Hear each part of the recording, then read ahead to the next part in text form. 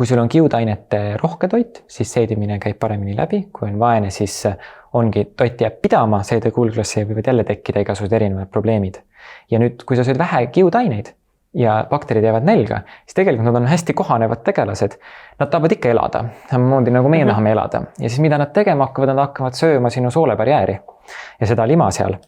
Ja kui nad söövad sinna auke sisse, siis tekivadki sellised asjad nagu lekkiva soole sündroom ja see on juba hästi problemaatiline, sellepärast et siis satub sinu vereringesse asju, mis sinna ei tohi sattuda ja sinu immuunsüsteem on ka selle kihi taga.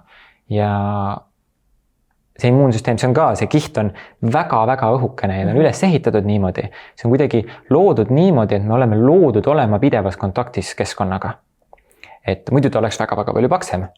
Aga kui me nüüd ei toeta bakterid, neid on seal väga vähe ja nad nosivad sind ennast sisuliselt, siis ongi need samad kroonilised probleemid tekivad kogu aeg.